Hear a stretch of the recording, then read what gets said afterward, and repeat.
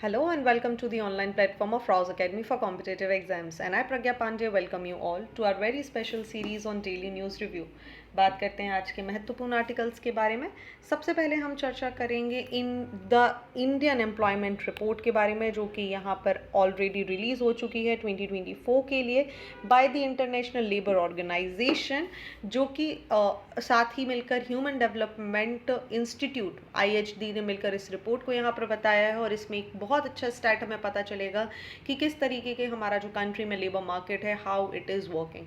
अगर हम इस रिपोर्ट के अनुसार ही यहाँ पर सारी चीज़ों को समझने की कोशिश करें तो इंडिया का जो यूथ है ये कॉन्स्टिट्यूट कर रहा है एक staggering 83% of the unemployed workforce, जो कि थोड़ा सा शॉकिंग है। नोटेबली अगर हम यहाँ पर बात करें तो जो प्रपोर्शन है एजुकेटेड यूथ का with at least a secondary education यहाँ पर बात की जा रही है, तो इस टोटल अनएम्प्लॉयमेंट यूथ में ये इसका लगभग डबल हमें देखने मिल रहा है। मतलब जो कि 35.2% हुआ करता था 2000 में, वो आज 65.7% हो चुका है 2022 में, जो कि अगेन एक थोड़ा सा शॉकिंग सा पॉइंट है। चलिए समझते हैं और रिपोर्ट्स के हाईलाइट के बारे में। तो यूथ अनएम्प्लॉयमेंट के बारे में बात करें तो यहाँ पर एक यूथ एम्प्लॉयमेंट और अनएम्प्लॉयमेंट यहाँ पर दोनों चीज़ें बढ़ी हैं 2000 से लेके 2019 के बीच में। हालांकि अगर हम बात करें तो there was a decline during the pandemic year. Educated youth की बात करें तो ये ज़्यादातर heightened level of unemployment face करे हैं इस पीरियड के अंतर्गत। वहीं अगर हम की मार्केट इंडिकेटर्स की बात करें जैसे labour force participation rate, workers population ratio की या अनएम्प्लॉयमेंट रेट की, तो ये यहाँ पर एक लॉन्ग टर्म डिटोरिएशन बता रहे हैं from 2000 to 2018। However there was a improvement after the 2019 post COVID pandemic, जहाँ पर बहुत ज़्यादा जो एम्प्लॉयमेंट है वो वापस से जनरेट होना शुरू हुआ था। चलिए यहाँ पर एक और चीज़ समझने की कोशिश करें तो रिपोर्ट में हाईलाइट किया गया है कि इंडिया का जो लार्जर यंग वर्कफोर्स है इसको कहीं ना कहीं डेमोग्राफिक डिविडेंड की वजह हमें यहाँ पर देखने मिल रही है। और ये रिपोर्ट इंडिकेट कर रही है कि कहीं ना कहीं अभी भी यूथ के अंदर स्किल गैप है। एक सब्सटेंशियल पोर्शन जो है यूथ का ये कहीं ना कहीं बेसिक डिजिटल स्किल लैक करता है, जिसमें 75% तो ईमेल को अटैचमेंट के साथ नहीं भेज पा रहे हैं, 60% की बात करें तो कॉपी पेस्ट नहीं कर पाते हैं फाइल को, और 90% की बात करें तो इनका जो मैथमेटिकल फार्मूला का इनपुट है, स्प्रेडशीट है, वो भी हमें मिसिंग देखने के लिए मिल रहा है। और इसी डेफिशिएंसी की वजह से जो एसेंशियल स्किल्स हैं इसमें यहाँ पर एक थ्रेट एम्प्लॉयबिलिटी में देखने के लिए मिल रहा है। वहीं अगर हम जेंडर डिस्पैरिटीज़ की बात करें तो ये रिपोर्ट एक और चीज़ के बारे में बात कर रही है कि एक सब्सटेंशियल जेंडर गैप हमें इंडियन लेबर मार्केट में देखने के लिए मिल रहा है, जहाँ पर लो रेट्स मिल रही हैं फीमेल लेबर फोर्स पार्टिसिपेशन को comparative to their counterpart, male counterpart. Particularly अगर हम बात कर लें तो हाईली एजुकेटेड यंग वुमेन जो अनएम्प्लॉयमेंट का चैलेंज है वो यहाँ पर सबसे ज़्यादा देखने मिल रहा है। उसके लिए कारण बहुत सारे हैं कि क्वालिटी ऑफ एम्प्लॉयमेंट अपॉर्चुनिटी नहीं मिल पा रही है, या फिर मैरिजेस वगैरह के कारण यहाँ पर जो नौकरियाँ हैं वो भी पीछे रह जाएंगी। एक और यहाँ पर एक इम्पॉर्टेंट चीज़ यहाँ पर देखने मिली है कि एक सोशल इनइक्वालिटी का सेक्शन हमें यहाँ पर देखने मिल रहा है, which is the affirmative actions और टारगेटेड पॉलिसीज़ के बाद भी जो कम्युनिटी हैं हमारी मार्जिनलाइज, जैसे शेड्यूल कास्ट, शेड्यूल ट्राइब, अभी भी वो बहुत सारे बैरियर्स यहाँ पर फेस कर रही हैं बेटर जॉब अपॉर्चुनिटीज़ को पाने के लिए। वहीं अगर हम इन कम्युनिटीज़ की बात करें तो एक बहुत अच्छा एजुकेशनल अटेनमेंट का इम्प्रूवमेंट भी हुआ है, लेकिन अगर अभी भी हम यहाँ पर देखें तो जॉब एक्सेस करने में, क्वालिटी ऑफ लाइफ के लिए अभी भी ये थोड़ा सा यहाँ पर पीछे देखने के लिए मिलेंगी। They are most likely to engage in the low paid temporary casual wages work comparatively. अगर हम बात करें फॉर्मल सेक्टर और इनफॉर्मल सेक्टर की, तो इनफॉर्मल सेक्टर्स में आपको इनका ज़्यादा कंट्रीब्यूशन देखने के लिए मिलेगा।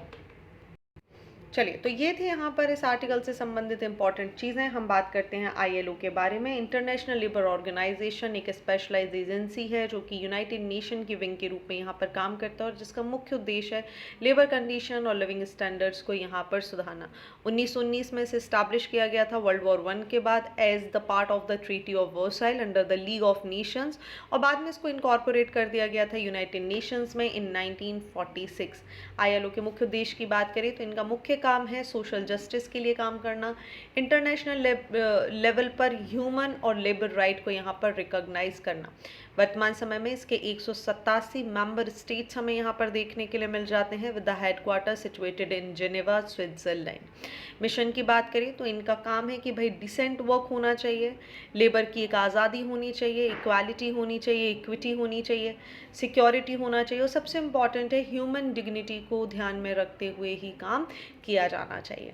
चलिए, moving on to the next article of the day. बात करते हैं sensing threat from China, India joins the race to mine sea patch.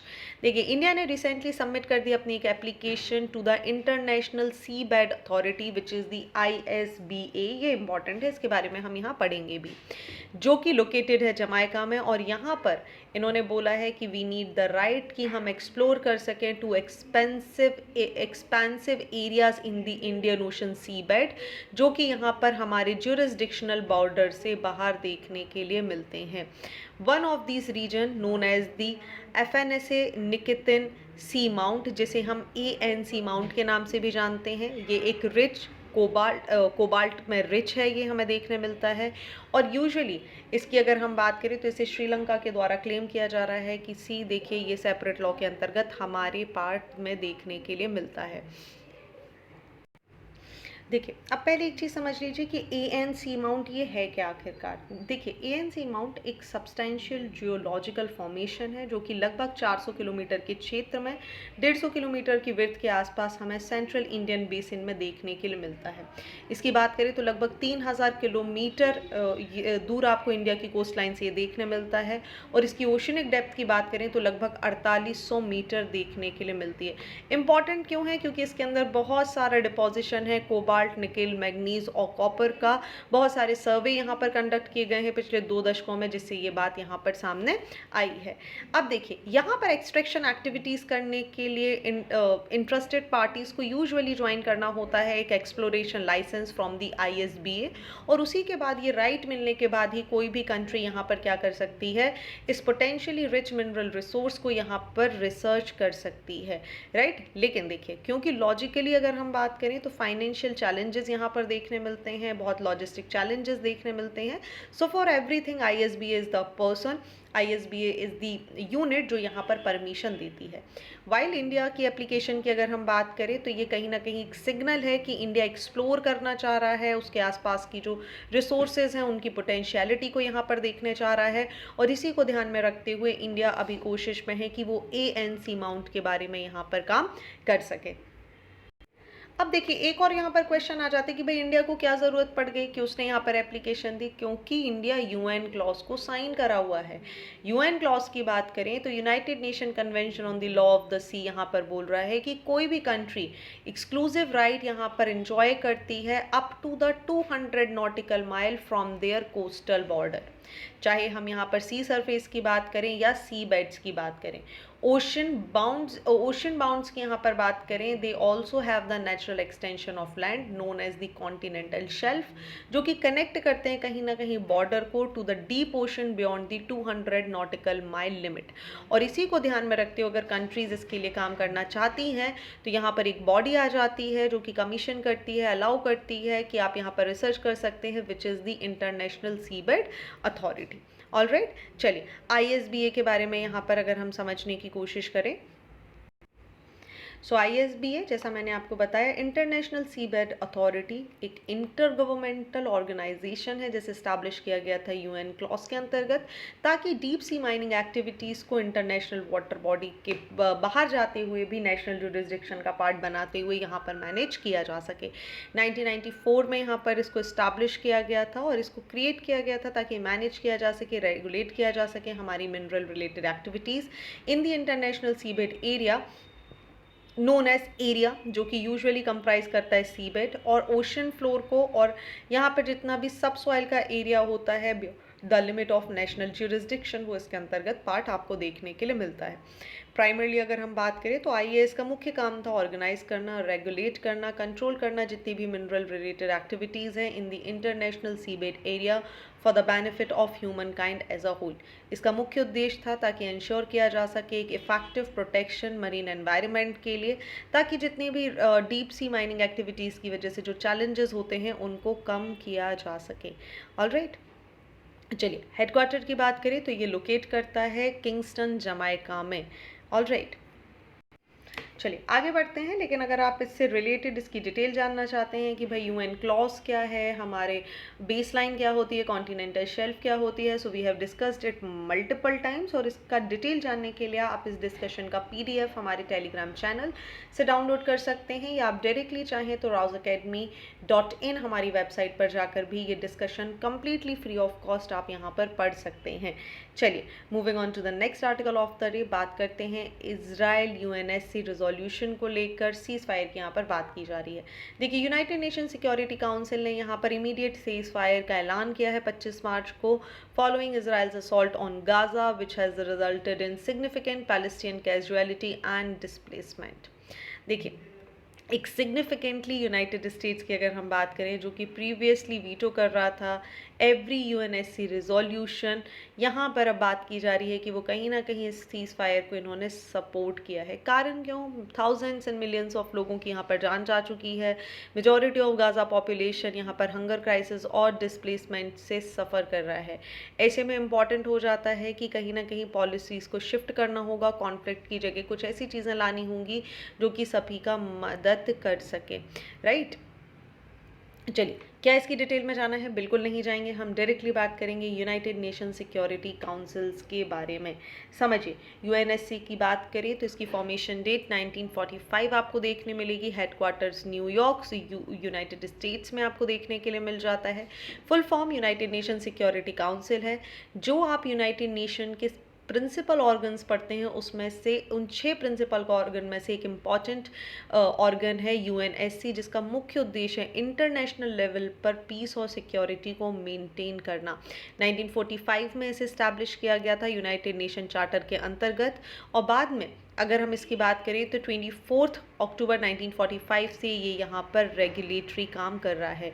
UNSC की बात करें तो इसके अंतर्गत 15 मेंबर स्टेट्स आपको देखने मिलते हैं, जिसमें से 5 परमानेंट होते हैं जिनके पास वीटो पावर होता है, राइट, जैसे China, France, Russia, United kingdoms and United states, और 10 नॉन परमानेंट मेंबर होते हैं जो कि इलेक्ट किए जाते हैं by the general assembly for every 2 year, right. Non permanent members की बात करें तो इनके पास किसी भी तरीके का वीटो राइट यहाँ पर देखने के लिए नहीं मिलता है। चलिए moving on to the next article of the day, बात करते हैं a cry for help, a call for reflection and action. किस बारे में है पूरा आर्टिकल? देखिए करेंट सोशियो एकेडमिक लैंडस्केप की अगर हम बात कर रहे हैं इंडिया में, तो एक सिग्निफिकेंट कंसर्न हमें देखने मिल रहा है regarding the well being and nurturing of students.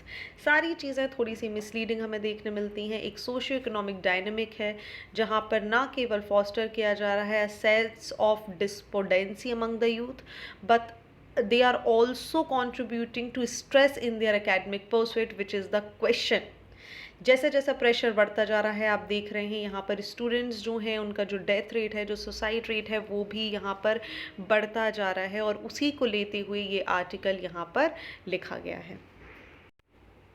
अब देखिए केवल एक जगह की बात नहीं कर रहे हैं, अभी बहुत सारी रिसेंटली इंसिडेंट्स हुए हैं, जैसे आपने बिहार टीनेजर का सुसाइड केस सुना होगा, राजस्थान कोटा की बात करें जहाँ पर सबसे ज़्यादा स्ट्रेस की वजह से यहाँ पर जेई और नीट के एग्ज़ाम की वजह से बच्चे यहाँ पर सुसाइड कर रहे हैं।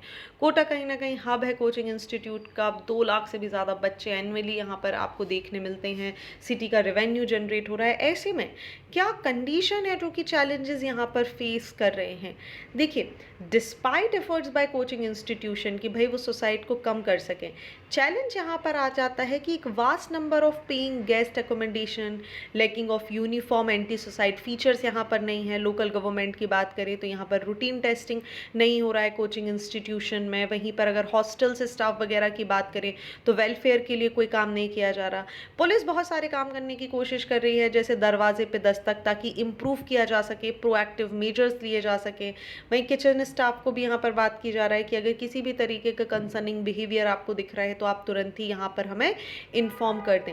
प्रॉब्लम क्या है, इंडिया में सुसाइड रेट बढ़ क्यों रहे हैं? देखिए एकेडमिक प्रेशर्स है, कॉम्पिटिटिव एनवायरनमेंट है, कट थ्रोट कॉम्पिटिशन चल रहा है, लिमिटेड एजुकेशनल ऑप्शंस हैं, करियर अपॉर्चुनिटीज़ हैं, lack of mental health support है, कहीं ना कहीं हम नहीं जानते कि किससे बात करनी है, क्या बात करनी है। एक मेंटल, जब भी किसी की मदद लेने के लिए जाएं तो एक मेंटल स्टिग्मा आपको आसपास देखने के लिए मिलता है कि यार अगर मदद लेंगे तो लोग मुझे बहुत ही तुच्छ निगाह से देखेंगे। फाइनेंशियल बर्डन भी यहाँ पर एक इसका पार्ट बन जाता है। फेल होने का डर है या फिर सोशल आइसोलेशन बात करेंगे, सारी चीज़ें कहीं ना कहीं एक बच्चे की, किसी भी व्यक्ति की इनफैक्ट अगर हम बात करें तो उसके पूरे ओवरऑल वेलबींग को इम्पैक्ट कर रहे हैं। अगर हम national suicide static and education system challenges के अंतर्गत एनसीआरबी के डेटा को देखने की बात करें तो एक ये डिस्ट्रेस दिखा रहा है कि स्टूडेंट्स में सुसाइड का डिस्ट्रेस लगातार बढ़ता जा रहा है। वो कहीं ना कहीं वायबल जॉब अपॉर्चुनिटीज़ ना मिलना या फिर इतना ज़्यादा कंपटीशन होना है। एजुकेशन सिस्टम भी यहाँ पर फोकस कर रहा है on limited government seats and high fees in the private institution, जिसकी वजह से कॉम्पिटिशन भी बहुत ज़्यादा है, बच्चों के ऊपर प्रेशर भी बहुत ज़्यादा देखने के लिए मिल रहा है। फाइनेंशियल इश्यूज़ कई बार बच्चों को यहाँ पर मजबूर कर देते हैं, फैमिली को मजबूर कर देते हैं कि वो एडिशनल एजुकेशन सपोर्ट नहीं ले पाएंगे, जिसकी वजह से भी जो बच्चा है वो या तो सक्सेसफुल नहीं हो पाता या फिर उस पर सफलता हासिल करने का एक बहुत ही हार्ड उसके ऊपर एक प्रेशर आपको देखने के लिए मिलता है। रिजल्ट क्या होता है? इमोशनल डिस्ट्रेस हो जाते हैं बच्चे, अनरियलिस्टिक एक्सपेक्टेशन का पार्ट बन जाते हैं और कहीं ना कहीं धीरे धीरे फैमिली स्ट्रक्चर से दूर होते होते एक टाइम ऐसा आ जाता है when they will start feeling like कि now there is no one with whom we can talk with. So now the questions come कि करना क्या होगा।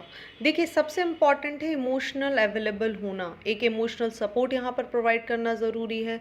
सोसाइटल डिस्क्रिमिनेशंस जो किए जा रहे हैं, सपोज आप यहाँ पर अच्छा परफॉर्म नहीं करते, अरे तुमको लोग क्या बोलेंगे, कैसे बोलेंगे, तो इस सारी चीज़ों से दूर रखना होगा। एक बहुत बड़ी आवश्यकता है एक सोशल इंफ्रास्ट्रक्चर यहाँ पर क्रिएट किया जाए, एक सपोर्ट सिस्टम यहाँ पर क्रिएट किया जाए। एजुकेशनल इंस्टीट्यूट की बात करें या फिर अगर हम प्राइवेट इंस्टीट्यूशन की बात कर रहे हैं तो देयर शुड बी समवन जो कि बच्चों को यहाँ पर एक इमोशनल सपोर्ट और एनकरेजमेंट प्रोवाइड कर रहा हो। एम्पैथी, एक्सेप्टेंस और पॉजिटिव इन्फोर्समेंट एक क्रूशियल पार्ट है किसी भी व्यक्ति के, किसी भी बच्चे के लिए एक कंडक्टिव एनवायरनमेंट बनाने के लिए, ताकि तभी उसका वेल बीइंग और एकेडमिक सक्सेस हमें देखने के लिए मिलेगी। चैलेंजेस बहुत सारे हैं, पॉलिसी इंटरवेंशन करना ज़रूरी है, early intervention is very important, research करनी होगी, डेटा कलेक्ट करना होगा, कम्युनिटी सपोर्ट की आवश्यकता है, टीचर्स और पेरेंट्स को इस तरीके से ट्रेनिंग देनी होगी कि how they can be available for their children without judging them. और इसी के साथ अगर हम बात करें तभी संभव है कि ये जो सुसाइड के रेट्स हैं, स्पेशली अगर हम कोटा के जैसे क्षेत्रों की बात कर रहे हैं, तो इनको कम किया जा सकेगा। चलिए, moving on to the next article of the day, हम बात करने वाले हैं एनवायरनमेंट से रिलेटेड एक आर्टिकल के बारे में, जहां पर बात की जा रही है कि ब्लैक कार्बन का जो इमिशन है इसे कम करना बहुत ज़रूरी है। देखिए, COP26 क्लाइमेट टॉक में ग्लासगो नवंबर 2021 की अगर हम बात करें, इंडिया ने यहाँ पर एक निर्णय लिया था, एक प्लेज यहाँ पर दी थी कि वो नेट ज़ीरो एमिशन करेगा बाय 2070। दैट मीन्स इंडिया कहीं ना कहीं अपने आप को एक टारगेट प्रोवाइड कर रहा है कि देखिए भाई, हम 2070 तक नेट ज़ीरो कार्बन इमिशन पे आ जाएंगे। वहीं अगर हम ministry of new and renewable energy की बात करें तो यहाँ पर इन्होंने टारगेट किया हुआ है कि ये रिन्यूएबल एनर्जी कैपेसिटी 180 गीगावाट तक इवन बियॉन्ड 2023 तक यहाँ पर लेकर आएंगे। और कभी कहीं ना कहीं अगर हम बात करें तो इंडिया अपने टारगेट को जो है 500 गीगावाट इससे क्लीन एनर्जी से जनरेट करने का वो 2030 तक कंप्लीट करेगा। अब देखिए, जहाँ पर कार्बन डाइऑक्साइड यहाँ पर एक इम्पॉर्टेंट इशू हो जाता है, सबसे पहले समझना होगा कि ब्लैक कार्बन इशू है क्या। ब्लैक कार्बन की बात कर रहे हैं तो एक डार्क सूदी मटेरियल है जो कि यूजुअली दूसरे पॉल्यूटेंट्स के साथ हमें देखने मिलता है जब बायोमास या फॉसिल फ्यूल्स को जलाया जाता है। जब ये पूरी तरीके से कंबस्टेड नहीं हो पाते हैं तब यहाँ पर जो आपको देखने मिलता है that is the black carbon. Problem क्या है? देखिए, ये जो डार्क सूटी मटेरियल है ना, ये बिल्कुल भी ठीक नहीं है। ना केवल ये हमारे एनवायरनमेंट को नुकसान पहुंचा रहा है बल्कि जो ह्यूमन हेल्थ है उसको भी डिटोरिएट कर रहा है। ग्लोबल वार्मिंग, सीवियर रिस्क यहाँ पर हमें देखने मिल रहा है और इसका डायरेक्ट लिंक है कि कहीं ना कहीं जो हार्ट डिसीजेज़ हो रही हैं, बर्थ कॉम्प्लिकेशन हो रहे हैं, या जो प्री मेच्योर डेथ यहाँ पर हमें देखने मिल रही हैं, उसमें भी एक डायरेक्ट कंट्रीब्यूशन हमें देखने मिल रहा है ब्लैक कार्बन का। जितने भी ब्लैक कार्बन इमिशन इंडिया में हो रहे हैं उनमें 90% अगर आप बात करें तो ये बर्निंग बायोमास जैसे काऊ डंग या फिर जो स्ट्रॉ हैं, ट्रेडिशनल कुक स्टोव्स हैं, उनके जलाने की वजह से होता है। 2016 की एक स्टडी की गई और यहाँ पर कुछ चीज़ों को आइडेंटिफाई किया गया कि जो रेसिडेंशियल सेक्टर है ये लगभग 47% यहाँ पर पार्ट बनता है इंडिया के टोटल ब्लैक कार्बन इमिशन का। वहीं इंडस्ट्रीज़ की बात करें तो 22% और डीजल व्हीकल 17%, ओपन बर्निंग 12% और दूसरे सोर्सेज से लगभग 2% का जो इमिशन है वो हमें देखने के लिए मिल रहा है। और इसी को ध्यान में रखते हुए देखिए गवर्नमेंट ने बहुत सारे इनिशिएटिव लिए।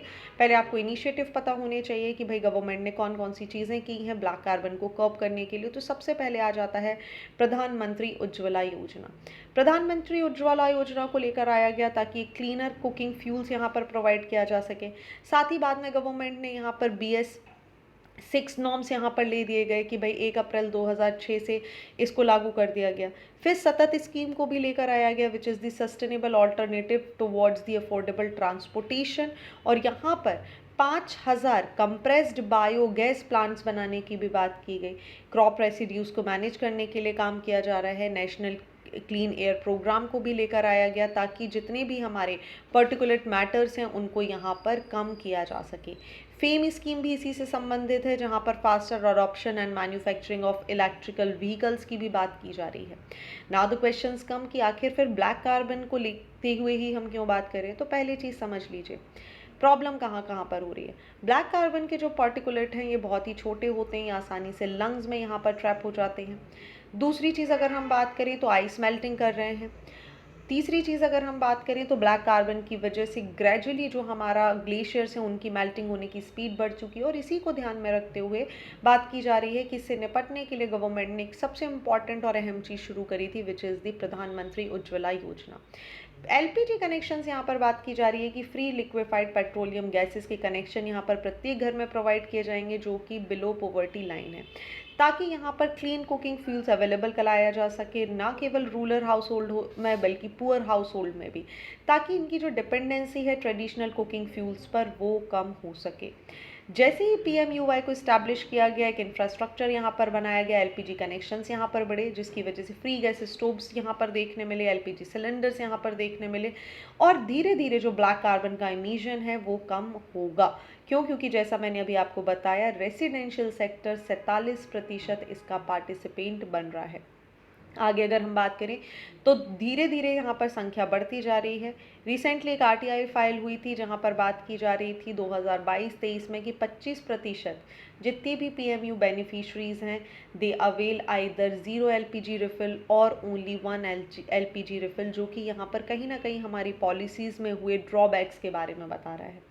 राइट। सो यहाँ पर सबसे इम्पॉर्टेंट चीज़ है कि LPG के लिए जब आप PMUY लेकर आ रहे हैं तो क्या ये उन तक पहुँच रहा है जो उसके एक्चुअल बेनिफिशरी हैं या फिर नहीं। अगर हम average PMUY beneficiary house hold की बात करें तो ये कम से कम 3.5 to 4 LPG cylinder per year इनको आवश्यकता होती है इंस्टेड ऑफ 6 और 7 एक regular non PMU house hold के मुकाबले। अगर हम बात करें तो ये जो बेनिफिशरीज होते हैं ये अभी भी यहाँ पर ट्रेडिशनल फ्यूल का ही प्रयोग कर रहे हैं। दूसरा यहाँ पर एक और इम्पैक्ट सबसे ज़्यादा पड़ रहा है विमेन एंड चिल्ड्रन की हेल्थ पर, क्योंकि जैसे जैसे आप देखेंगे इंडोर एयर पॉल्यूशन बढ़ता है और सबसे ज़्यादा महिलाएं और बच्चे इससे ही प्रभावित होते हैं। इसी को ध्यान में रखते हुए अक्टूबर 2023 में गवर्नमेंट ने इंक्रीज़ कर दिया था LPG पे subsidy from 300 to 300 from the earlier 200, but एक रैपिड इंक्रीज़ हुआ LPG प्राइस में ओवर द लास्ट 5 ईयर्स, और जितने भी बेनिफिशरी हैं PMUY के उनके लिए ये जो प्राइस है ये बहुत ज़्यादा बढ़ गया। सो ऑप्शन क्या था? Free alternate which is the cow dung या फायरवुड की तरफ यहाँ पर जाए। करना क्या होगा? देखिए पूरी की पूरी बात यहाँ पर आकर अटक रही है कि देखिए जैसे जैसे हाई कार्बन टैक्स है चाइना में, US में, ऐसे ही हमें कुछ कॉन्सेप्ट भारत में भी लेकर आना होगा। इंडिया को ज़रूरत है कि अभी हम रिस्पॉन्सिबिलिटी लें क्योंकि हमने ग्लोबल कमिटमेंट भी किया है। कार्बन को रिड्यूस करना इस समय हमारी प्रायोरिटी होनी चाहिए, क्योंकि जिस तरीके से पॉल्यूशन बढ़ रहा है the time will come sooner जहाँ पर everyone will fight either for the water और समथिंग एल्स। चलिए moving on to the next article, बड़ा प्यारा सा आर्टिकल आया है जहां हम आर्टिफिशियल इंटेलिजेंस की बात कर रहे हैं, जहां हम मेंटल हेल्थ की बात कर रहे हैं, दोनों को एक साथ यहाँ पर क्लब कर दिया गया और बात किया जा रहा है कि क्या आर्टिफिशियल इंटेलिजेंस ही इतनी सक्षम है कि वो हमें मेंटल हेल्थ के केसेस को बताने में मदद करेगी। देखिए, एक mental health care artificial intelligence की बात करें, particularly through the natural language processing, एक रिवॉल्यूशनाइज थेरेपेटिक अप्रोच है जो एनएलपी बात कर रहा है कि हम एक कॉम्प्रीहेंड, एक इंटरप्रेट ह्यूमन लैंग्वेज का इस्तेमाल कर रहे हैं और कहीं ना कहीं इनोवेटिव सॉल्यूशंस के साथ मेंटल हेल्थ ट्रीटमेंट करने के लिए काम करेंगे। देखिए, बेनिफिट क्या है, एनएलपी बेस्ड जो प्रोग्राम है ये न्यूमरस एडवांटेज के साथ आ रहे हैं किसी भी पेशेंट की मेंटल हेल्थ को सपोर्ट करने के लिए। इसका एक सबसे बड़ा बेनिफिट है कि ये यहाँ पर प्राइवेसी और एनोनिमिटी के प्रोविजन पर काम कर रहा है। दैट मीन्स एक्सटर्नल और इंटरनल स्टिग्मा जो भी हैं, मदद लेने से जो लोग कतराते हैं, उसको ये यहाँ पर रोकेगा। Text based platform, virtual mental health assistance यहाँ पर दिया जा रहा है, सपोर्टिव फंक्शंस देखने मिल रहे हैं, चैटबॉट को इक्विप्ड किया जा रहा है एनएलपी कैपेबिलिटी से, ताकि ये यहाँ पर पर्सनलाइज केयर किसी भी व्यक्ति को उसकी कंडीशन के हिसाब से पहुँचा सकें। किसी का इमोशनल स्टेट क्या है, उसको किस गाइडेंस की ज़रूरत है, ये सारी चीज़ें यहाँ पर बात की जा रही हैं। ये जो सपोर्ट है ये यहाँ पर पर्टिकुलरली वैल्यूएबल है उस सिचुएशन में जहाँ पर ह्यूमन जो है, जो थेरेपीज तक नहीं पहुँच पाता या उससे एक सोशल स्टिग्मा के थ्रू दूर रहता है। पेशेंट्स यहाँ पर रिसीव कर सकते हैं कंटिन्यूस असिस्टेंस, जिसकी वजह से उनकी जो हेल्थ है और पर्सनल केयर है, दोनों ही बढ़ेंगी। कंटिन्यूटी की अगर हम बात करें तो एसेंशियल है मेंटल हेल्थ ट्रीटमेंट में, ताकि इंश्योर किया जा सके एक हॉलिस्टिक अप्रोच और जितनी भी लाइक्लीहुड है रिलैप्स की, एंजाइटी की, इन सारी चीज़ों को दूर किया जा सके। डिजिटल थेरेपी यहाँ तक मदद करेगी कि कंसिस्टेंट सपोर्ट होगा, गाइडेंस होगा, डायरेक्ट यूज़र टू रिसोर्स यहाँ पर कम्युनिकेशन होगा, जिसकी वजह से डिस्ट्रेस, ग्रीफ या एंजाइटी जैसी सिचुएशन खत्म होगी। इसीलिए इंपॉर्टेंट है कि जो AI driven mental health solution है, चैटबॉट्स हैं, इनको बहुत सीमलेस किया जा सके so that health care system में इसे प्रायोरिटाइज करा जा सके, अलग अलग इंस्टीट्यूशन के साथ कोलैबोरेशन किया जा सके सो दैट यहाँ पर ये मदद कर सकें अपनी नेचुरल लैंग्वेज प्रोसेस के थ्रू, ताकि किसी भी व्यक्ति को उसका एक कस्टमाइज प्लान, उसके लिए जितनी भी एल्गोरिदम्स हैं उनको यहाँ पर सेट करना और पेशेंट के लिए जो भी इंडिविजुअल चीज़ें ज़रूरी है उसको यहाँ पर तैयार करने के लिए ये बहुत ही महत्वपूर्ण काम कर सकते हैं। राइट, चलिए discussing about the last article of the day, हम बात करने वाले हैं साइकिल। जी हाँ, इंडिया में साइकिलिंग की अगर हम बात करें तो ये कहीं ना कहीं केवल और केवल एक ट्रांसपोर्ट का इशू बन चुका है। एक सिग्निफिकेंट बताता है कि आपकी सोशल इंपॉर्टेंस क्या है, आपके पास कितना पैसा है, कितना नहीं। वहीं वेस्टर्न कंट्रीज़ में अगर हम बात करें तो साइकिल की बात कहीं ना कहीं अराउंड होती है decarbonisation of the transportation. Cycling India में जहाँ पर एक मीन्स ऑफ एम्पावरमेंट बात कर रहा है, एक्सेसिबिलिटी की बात कर रहा है, वहीं अगर हम वेस्टर्न कंट्रीज़ में बात करें तो डीकार्बनाइजेशन के कॉन्टेक्स्ट में से देखा जाता है। डिस्पाइट अगर हम बात करें जो कार सेंट्रिक रोड इंफ्रास्ट्रक्चर हमारा है, जिसकी वजह से मोटर व्हीकल ओनरशिप यहाँ पर बढ़ती जा रही है, साइकिल का मार्केट धीरे धीरे स्लो हो गया है। साइकिल जो कि एक समय इंडिया में अपने आप में एक बहुत बड़ी पहचान रखती थी, उसका एक रिमार्केबल सिग्निफिकेंस हुआ करता था, लेकिन धीरे धीरे इसकी इम्पॉर्टेंस यहाँ पर ख़त्म होती जा रही है। कारण क्यों? क्योंकि एक तो हमारे पास इंफ्रास्ट्रक्चर उस तरीके का नहीं है। फ़ायदा क्या है? देखिए, साइकिल से अगर हम बात करें तो यहाँ पर ग्रेजुअली आप देखेंगे तो यहाँ पर बहुत सारी जो प्रॉब्लम्स हैं ये कम होती हैं। राइट, हेल्थ इश्यूज़ यहाँ पर कम होते हैं। But why there is a problem कि धीरे धीरे जो लोग हैं वो दूसरे व्हीकल्स की तरफ जा रहे हैं। कारण because of the infrastructure. States जैसे मध्य प्रदेश, राजस्थान, उत्तर प्रदेश, वेस्ट बंगाल की बात करें तो यहाँ पर एक सिग्निफिकेंट इंक्रीज़ हुआ है with ownership percentage surprising 75% in the cases when it comes to the car. In contrast car ownership की बात करें तो ये कंसीडरेबली लो हमें देखने मिल रहा है with averaging 5.4% across these state. Analysis किया गया नेशनल सैम्पल सर्वे ऑर्गेनाइजेशन के द्वारा हाउस होल्ड कंजम्पशन पर, और इसमें एक चीज़ पता चली कि धीरे धीरे जो साइकिलिंग है उसका कॉन्सेप्ट स्कूल्स में बढ़ता जा रहा है, specially in the rural areas. Nationally cycling to school यहाँ पर राइज हुआ है 6.6%, जो कि 2007 में था। to 11.2% in 2017 in rural areas, witnessing a nearly two-fold increase. ये सर्च कहीं ना कहीं बता रहा है कि बाइसिकल का जो डिस्ट्रीब्यूशन स्कीम थी वो बहुत अच्छे से इम्प्लीमेंट हुई है। गवर्नमेंट स्कूल्स में इसको बंटवाया जाता है ताकि बच्चे एक तो आसानी से अपने घर से स्कूल तक आ सकें, और दूसरा यहाँ पर एक मोड ऑफ ट्रांसपोर्टेशन भी उनके पास हो। इसी को ध्यान में रखते हुए BDS स्कीम जो है ये बहुत ही ज़्यादा सक्सेसफुल हमें देखने के लिए मिली है। इम्पैक्ट हुआ है बच्चों की लाइफ पर, कारण क्यों? क्योंकि टाइम कंजम्पशन कम होगा, ज़्यादातर समय मिलेगा कि पढ़ाई कर पाएंगे। पर्टिकुलरली विमेन जो लॉन्ग डिस्टेंस स्कूल्स नहीं जा पा रही थी वो अब यहाँ पर स्कूल्स को अटेंड कर पाएगी। अलॉन्ग विद दैट जो लो इनकम वुमेन है वो यहाँ पर अपलिफ्ट हुई हैं। लो इनकम वुमेन की बात करें तो यहाँ पर एक कम्यूशन का यहाँ पर उनको एक साधन मिल गया है। अफोर्डेबिलिटी बढ़ गई है क्योंकि बैरियर नहीं है, अब आने जाने के रिस्ट्रिक्शन नहीं है।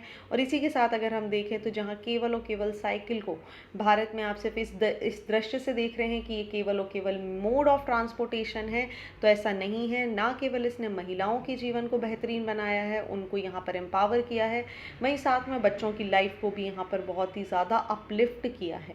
प्रॉब्लम कहाँ पर है? प्रॉब्लम है स्टेट्स के साथ, प्रॉब्लम है शहरों के साथ। जहाँ पे बाइसिकल एसेंशियल तो है, वहीं अर्बन चैलेंजेस सबसे इम्पॉर्टेंट है कि हमारा सस्टेनेबल ट्रांसपोर्टेशन का मोड बन सकता है, बट प्रॉब्लम इज़ कि हमारा जो पूरा का पूरा इंफ्रास्ट्रक्चर है, जो ट्रैक्स हैं वो अभी भी साइकिल ट्रैक के लिए नहीं है, सेफ पार्किंग सिस्टम नहीं है, रिपेयर शॉप्स नहीं मिल पाती हैं, जिसकी वजह से कहीं ना कहीं शहरी क्षेत्र में सेफ्टी और कन्वीनियंस का इशू साइकिल्स का जो मोड है, जो ट्रांसपोर्टेशन है, उसको अभी भी कम कर रहा है। राइट चलिए, तो ये थे आज के महत्वपूर्ण आर्टिकल। आई होप आपको सारी चीज़ें क्लियर हो चुकी होंगी। बात करते हैं मेंस के क्वेश्चन ऑफ द डे के बारे में। So here are two very important question in front of your screen. First question is related with the implementation to facilitate the sustainable margins of employment from agriculture to other sector। दूसरा question यहाँ पर बात कर रहा है concern related with the educational effort to ensure holistic development in academics। So what all you have to do, just write the answer, click the photograph and upload it on the given link below। साथ ही अगर आपको DNR से संबंधित किसी भी प्रकार का कोई डाउट है, कोई समस्या है, तो आप मुझे pragyapandey@raousacademy.in पर भी मेल कर सकते हैं। So thank you for watching this video. Do not forget to hit like button, comment your valuable feedback and also press the subscribe button to never miss any updates. Please follow us on Instagram and Facebook. Links are given below in the description box. Thank you and see you soon.